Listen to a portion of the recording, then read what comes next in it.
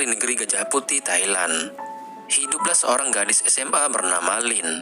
Dia suka belajar, membaca komik, dan bermimpi ingin punya pacar seperti karakter komik yang romantis. Keluarga Lin saat ini hanya terdiri dari 3 orang, termasuk dirinya sendiri. Yang pertama ada kakak iparnya yang bernama King.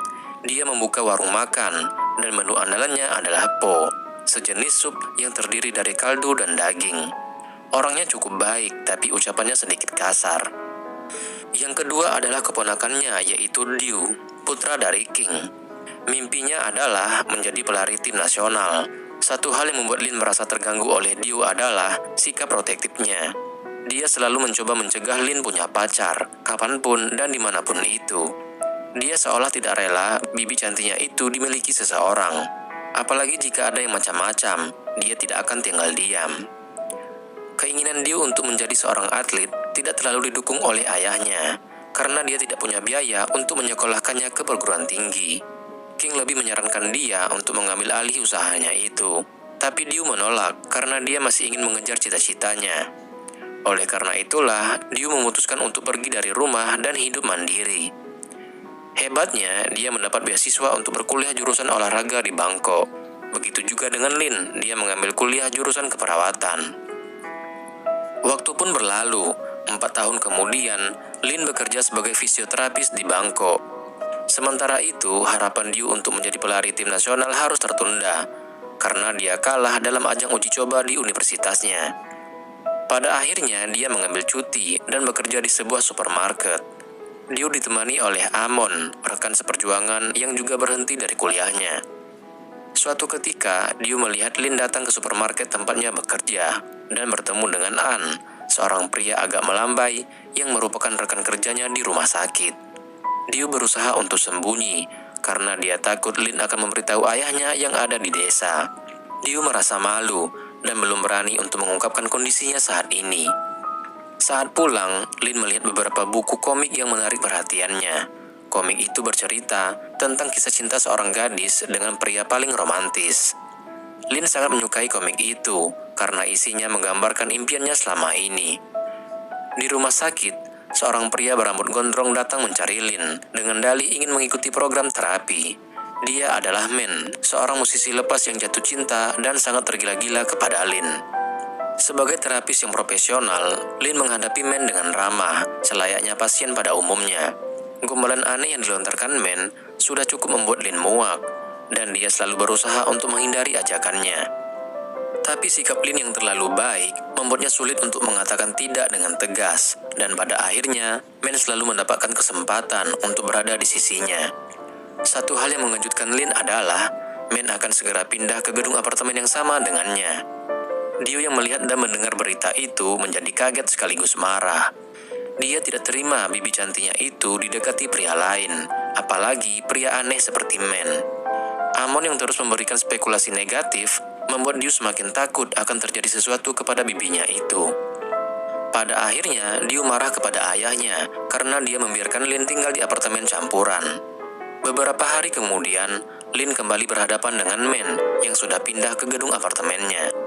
Saat itu, Men berpakaian seperti seorang atlet, karena sebelumnya Lin pernah berkata bahwa dia menyukai pria atletis.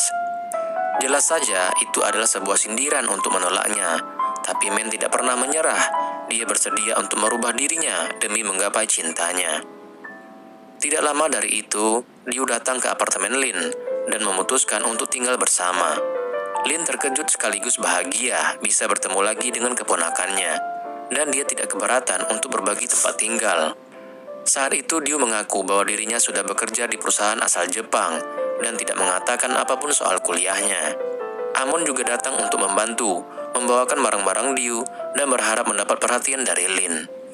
Tidak lama setelah itu, Lin mendapat panggilan dari King yang mempertanyakan keberadaan Diu. Tapi Diu memohon kepada Lin untuk tidak menceritakan apapun kepada ayahnya itu. Sejak saat itu, Diu selalu ada untuk Lin dan senantiasa melindunginya dari ancaman pria hidung belang. Seperti biasa, Diu akan bertanya apakah Lin sudah punya pacar atau belum. Lin hanya berkata bahwa dia sudah dewasa dan bisa mengurus kehidupannya sendiri. Tapi tetap saja, Diu lalu menyarankan bibinya itu untuk menjomblo saja. Di rumah sakit, Lin terpaksa harus melayani Men saat dia datang untuk menjalani sesi terapi. Reaksi berlebihan yang ditunjukkan Men membuat Lin semakin terganggu, tapi dia tetap sabar dan melayaninya dengan ramah. Untung saja Lin mendapat pesan dari Diu dan menjadikannya alasan untuk menghindari Men yang terus minta ditemani. Siangnya, An bercerita bahwa akan ada seorang mahasiswa yang datang ke rumah sakit untuk melakukan penelitian. Tapi dia tidak tahu siapa dan seperti apa orangnya. Tidak lama dari itu, Lin dan teman-temannya bertemu dengan seorang dokter yang menjadi idaman para perawat di sana. Termasuk teman pria Lin yang satu ini. Terlihat jelas bahwa Lin juga tertarik kepada dokter itu, di mana dia selalu berusaha tampil manis dan perhatian kepadanya. Di sore hari, Men datang ke apartemen Lin, di mana dia merasa kecewa ketika melihat Diu ada di sana. Tapi setelah tahu bahwa Diu adalah keponakan Lin, dia ikut senang, merasa bahwa dia juga adalah pamannya. Masih dengan gaya atletisnya yang terkesan memaksa, Men tetap percaya diri ketika berada di hadapan Lin. Saat itu, dia membawa makanan sehat untuk dimakan bersama, tapi pada akhirnya, makanan itu terkontaminasi oleh bulu ketiaknya yang sangat lebat. Setelah melewati masa-masa sulit dan absurd itu, Lin meminta bantuan keponakannya untuk membawa beberapa barang ke rumah sakit. Keesokan harinya di rumah sakit, Diu membantu Lin membawa barang-barang yang dia maksud. Ketika Lin menyapa dokter pujaan hatinya, Diu merasa kesal dan dia membuat beberapa keributan untuk mengganggu percakapan mereka. Tidak sampai di situ, cobaan lain muncul ketika mahasiswa yang diceritakan An sudah di sana untuk mengerjakan tugas penelitiannya. Dia adalah Gem, mahasiswa tingkat akhir yang sedang menyusun skripsi. Ternyata mahasiswa itu adalah junior, sekaligus orang yang mengalahkan Diu di ajang percobaan universitasnya beberapa tahun yang lalu. Saat itu juga terungkap bahwa Diu meninggalkan kuliah di tahun kedua, di mana teman satu angkatannya sudah lama lulus. Di hari itu, Lin menunjukkan langkah-langkah terapi sederhana. Sementara itu, Gem hanya bisa tersenyum saat dia menerima damage dari kecantikan Lin yang sangat mempesona. Setelah itu, Gem memohon kepada Lin untuk membantunya membuat video tutorial latihan terapi fisik. Karena terus memohon, Lin tidak tega dan akhirnya dia menerima ajakan tersebut. Di saat yang sama, kekesalan Diu masa lalu dan kemarahannya saat ini menjadi satu ketika dia melihat bibinya itu didekati oleh juniornya sendiri. Malamnya, sesuai dengan saran yang diberikan manajer supermarket, Diu memutuskan untuk beraliansi dengan Men. Dia datang ke kafe, tempat di mana Men bekerja sebagai musisi. Saat itu, Diu memprovokasi Men. Dia berkata bahwa ada seseorang yang mendekati bibinya. Keesokan harinya di sebuah taman, Lin mempraktekkan beberapa gerakan terapi bersama Gem. Sementara itu, Diu bersembunyi di balik pohon dan memantau mereka dari kejauhan. Gem sangat berterima kasih kepada Lin karena dia sudah bersedia membantunya. Saat itu Gem dengan mulusnya menggiring percakapan hingga berakhir pada sebuah pernyataan bahwa dia menyukai Lin. Di saat itulah Men datang dengan marah dan mengacuhkan semuanya. Ketika Gem bertanya siapa dia, Lin menjelaskan bahwa Men hanya pasien di rumah sakitnya. Perkataan itu membuat Men patah hati dan dia mulai menyadari posisinya. Keesokan harinya, Lin datang ke supermarket tempat Diu bekerja untuk mencari tasnya yang tertinggal. Lin diberi petunjuk untuk menghubungi CS yang bertugas untuk menangani barang yang hilang. Lin tidak tahu bahwa Diu bekerja di tempat itu. Bahkan dia tidak menyadari bahwa Diu adalah CS yang dimaksud. Diu memanfaatkan kesempatan itu untuk terus berkomunikasi dengan Lin. Dia seolah memainkan peran dan memposisikan dirinya sebagai orang lain yang bisa jatuh cinta kepadanya. Tentu kita tahu bahwa selama ini dia terikat oleh tali persaudaraan dan tidak bisa mendekati Lin sebagai wanita pada umumnya. Perlahan tapi pasti, Diu mendapat topik pembicaraan yang cocok dengan Lin. Topiknya saat itu adalah buku komik berjudul Kebun Hati, di mana Diu pernah membacanya dan tahu bagaimana isi ceritanya. Di saat itulah Lin mulai merasa kecocokan di antara mereka. Setelah sekian lama dia menanti orang yang tepat untuk menemani kehidupannya.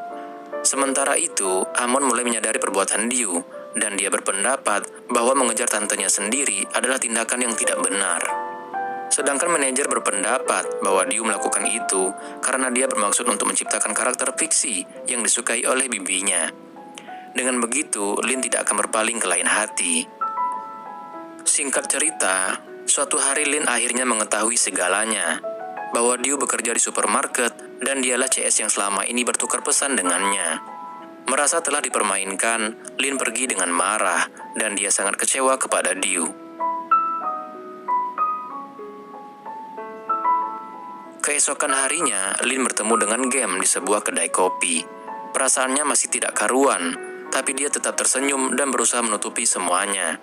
Sekali lagi, Gem terus berusaha mendekati Lin dengan perkataan manisnya. Di saat yang sama, Diu datang dan mencampuri pertemuan mereka. Dia masih berusaha menghalangi siapapun mendekati Lin. Lin pun menjadi marah dan dengan tegas, dia meminta Diu untuk tidak mencampuri urusannya lagi. Lin berkata bahwa dia tidak mau menemui Diu lagi, kecuali jika dia berhenti mengikutinya dan kembali berkuliah. Di suatu hari, Lin pulang ke desa dan bertemu dengan kakaknya King. Lin bercerita bahwa dia bertemu dengan Diu. Dia juga memberitahu King tentang pekerjaan dan status kuliah Diu saat ini yang tidak tuntas. King seakan menduga bahwa hal itu akan terjadi, tapi dia lebih mencemaskan satu hal saat itu. Rumah mereka akan dibeli seseorang dengan harga yang cukup tinggi. Namun Lin tidak mengharapkan apa-apa, karena menurutnya rumah itu sudah menjadi milik King. Akan tetapi, King tetap tidak bisa memutuskan hal tersebut secara sepihak, karena ada fakta yang masih disembunyikan oleh keluarganya itu. Sementara itu di Bangkok, Diu dan Amon memutuskan untuk kembali melanjutkan kuliahnya. Uji coba kampus di tahun itu juga akan segera dilaksanakan, dan Diu meminta dirinya didaftarkan kembali. Namun, hanya tersisa slot untuk lari rintangan, di mana itu bukan keahlian utama Diu. Walaupun demikian, Diu tetap mengambil kesempatan tersebut untuk mengembalikan jati dirinya sebagai atlet. Singkat cerita, hari pertandingan pun dimulai. Diu kembali berhadapan dengan Gem, tapi kali ini dia percaya bahwa dirinya tidak akan kalah seperti dulu. Akan tetapi, keberuntungan sedang tidak berpihak padanya, di mana Diu harus menerima kembali kekalahannya di babak pertama. Di sela-sela pertandingan, King datang menemui Diu di kampusnya untuk menceritakan kebenaran tentang keluarganya. Ternyata, ibu dan ayah Diu hanyalah seorang karyawan dari neneknya selaku pemilik kedai terdahulu. Lin adalah putri mereka, dan King bukanlah kakaknya atau kerabatnya. Walaupun hanya sebatas karyawan kedai, orang tua Lin sudah menganggap King sebagai putranya sendiri. Dan setelah mereka meninggal dunia, King bersumpah atas dirinya sendiri untuk menjaga Lin seperti keluarga kandungnya. Yang mana artinya, Lin bukanlah tante kandung Diu dan tidak memiliki hubungan darah apapun. Menyadari bahwa dirinya dan Lin tidak memiliki hubungan darah seperti yang dia kira selama ini, dia menjadi bersemangat dan dia memenangkan pertandingan di babak kedua. Lin yang diam-diam melihat pertandingan itu seketika dikejar oleh Diu yang mulai dibakar oleh api asmara. Ketika Diu menceritakan semuanya, Lin tidak merasa bahagia sama sekali, karena fakta itu sama saja membuktikan bahwa dia hidup sebatang kara, tanpa kerabat satu orang pun. Diu melupakan hal itu karena Diu dibutakan oleh cinta. Selama ini, Lin selalu berpikir bahwa dia sangat beruntung, masih memiliki keponakan dan kakak ipar yang selalu ada di sisinya. Kini setelah semuanya terungkap, Lin mulai merasa kesepian, dan dia tidak bisa berbahagia akan hal itu. Dan itulah yang dikhawatirkan King selama menutupi kebenaran tersebut. Pada akhirnya, Lin memutuskan untuk mengajukan beasiswa dan melanjutkan studinya ke Inggris. Lin masih tidak mau berbicara kepada Diu, bahkan setelah dia berusaha merayakan ulang tahunnya yang gagal karena sebuah tragedi. Setelah apa yang terjadi, Lin tidak menghilangkan kebaikan King yang sudah merawatnya sedari kecil. Dia menghubungi King yang ada di desa untuk berpamitan sebelum dia pergi ke Inggris. Di hari itu, Diu yang tidak tahu apa-apa tentang Lin diberitahu ayahnya bahwa dia akan segera pergi ke luar negeri. Diu mengejarnya sampai ke bandara, dan untunglah dia belum terlambat. Diu meminta maaf dan mengaku bahwa dirinya salah. Lin memaafkannya, tapi bukan berarti dia akan mengurungkan niatnya untuk pergi. Lin berkata bahwa perasaannya tidak bisa diobati begitu saja dengan kata maaf. Lin tidak marah dan menyalahkan Diu, dia hanya merasa berbeda, karena Diu bahagia dengan fakta tersebut, sedangkan dia tidak demikian. Saat itu, untuk pertama kalinya, Diu menyatakan perasaannya kepada Lin. Diu berkata bahwa mencintai seseorang, tapi tidak bisa mengungkapkannya, juga merupakan sesuatu yang menyakitkan. Dia mengemban perasaan itu sejak masih remaja, dan sekarang Diu hanya merasa bahagia karena bisa mempunyai kesempatan untuk menyatakan perasaannya. Diu sadar bahwa dia sudah egois karena mementingkan perasaannya sendiri. Pada akhirnya, dia bersedia untuk menjadi keluarga, teman, atau apapun, asalkan Lin tidak pergi. Diu juga berjanji tidak akan menghalangi lagi jika Lin ingin punya pacar, dan dia sudah merelakannya. Akan tetapi, keputusan Lin sudah bulat, dan dia tetap pergi. Waktu pun berlalu, dan Lin sudah tinggal di Inggris cukup lama. Dia sudah melupakan masalahnya dan berdamai dengan dirinya sendiri.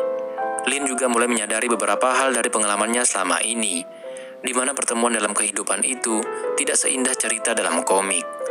Terkadang, cinta itu akan bertepuk sebelah tangan. Terkadang, walaupun saling menyukai, selalu ada alasan yang memisahkan. Terkadang, seberapa keras berusaha, cinta itu pada akhirnya tidak bisa dipaksakan. Dan terkadang, kecocokan itu muncul dalam ketidaksengajaan. Bagi Lin sekarang, tidak masalah apakah dia memiliki kekasih atau tidak, karena mau bagaimanapun, yang paling penting adalah keluarga.